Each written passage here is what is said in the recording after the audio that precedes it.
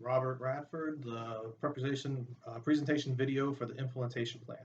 Still a little difficult to be standing up or wearing tight fitting pants due to surgery on August 6th. Discharge paperwork for that. So I'm going to try to do my best to keep all the gestures and sit far enough back so it does make it look like I'm appeared standing, but unfortunately, it's hard to stand and wear tight fitting clothing at this time.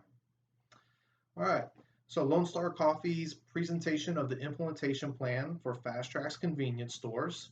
We're here today to discuss the alternative that we decided as a group that was going to be our best selection for Fast Tracks to have Lone Star Coffee as a vendor, directly supporting their operations and providing the service and the products needed for the 17 locations that they are contracting out for the first year of operations.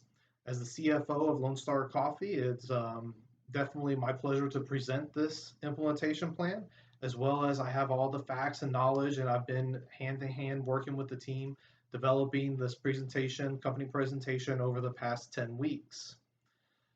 We'll discuss three main topics. We'll discuss the projected profit and loss statement for Fast Tracks on the first year, utilizing Lone Star Coffee as a vendor. We'll discuss the timeline and responsibilities for the Q1 startup process to go live operations for Lone Star Coffee being able to support Fast Tracks in their operations. And then we'll discuss the startup budget for Lone Star Coffee to have sustainability for the first year of operations, making sure that we are a viable vendor for Fast Tracks to be able to utilize us, and then we're not going to go under halfway through the year or in the middle of this agreement, right? So starting out, the first year projected profit and loss for Fast Tracks, we came in as a group with a revenue projected of $930,000 with both decaf and caffeinated coffee, self-serve coffee products. We feel this revenue number is justified at $1.50 per cup. That's going to allow for a premium self-serve coffee to be served at Fast Tracks locations and allow them to be able to charge a little bit higher, increasing the gross margin, as we'll talk about here in a second as well.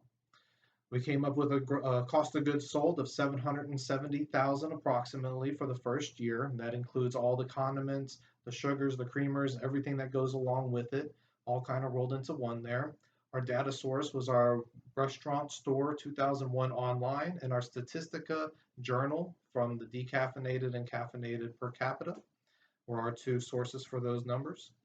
When you add all this together and you bring everything into one, it shows a gross margin of 11.6% or $107,000 in the first year for 17 locations.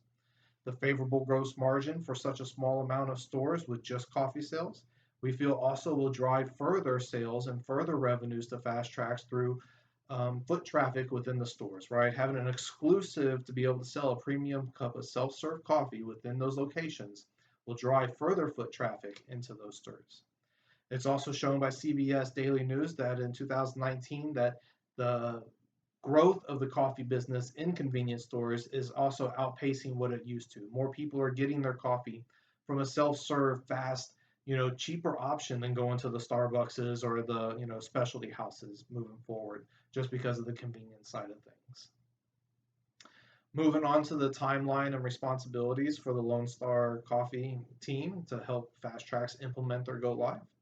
We came up with an aggressive 3-month time frame that will allow for us to spin operations up as quickly as possible, right? From the time that we're starting operations for Lone Star Coffee to get that off the ground to the time that we are moving to actually providing the services and the products in the stores for Fast Tracks is only going to take 1 quarter for us.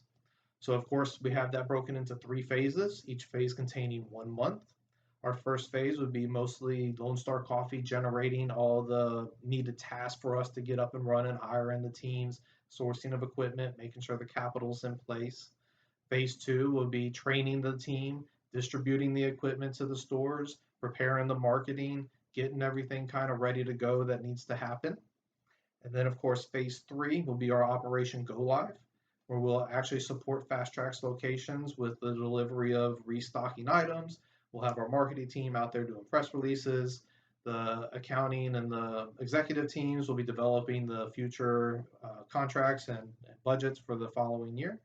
So we feel that the 3-month timeline, broken into 3 phases, directly shows that we are able to provide this immediate impact for Fast Tracks, and that we would be able to spin the operations up immediately and be able to have the quickest and fastest path to operations going live for them.